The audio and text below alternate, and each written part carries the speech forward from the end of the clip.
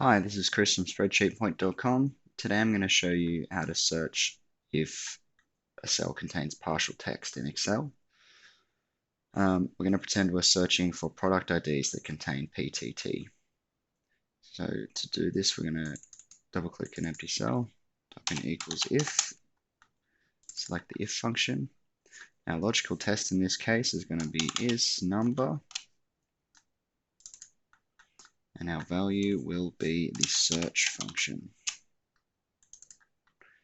Okay, so the text we're searching for is PTT, inside of quotes, add a comma, select the cell you want to search, close off the search function and the ISNUMBER function, add another comma, select your value if true, so in this case we're going to put yes, inside of quotes, and another comma, and the value of false we'll just put a dash. Oops, okay. Close it off, press enter.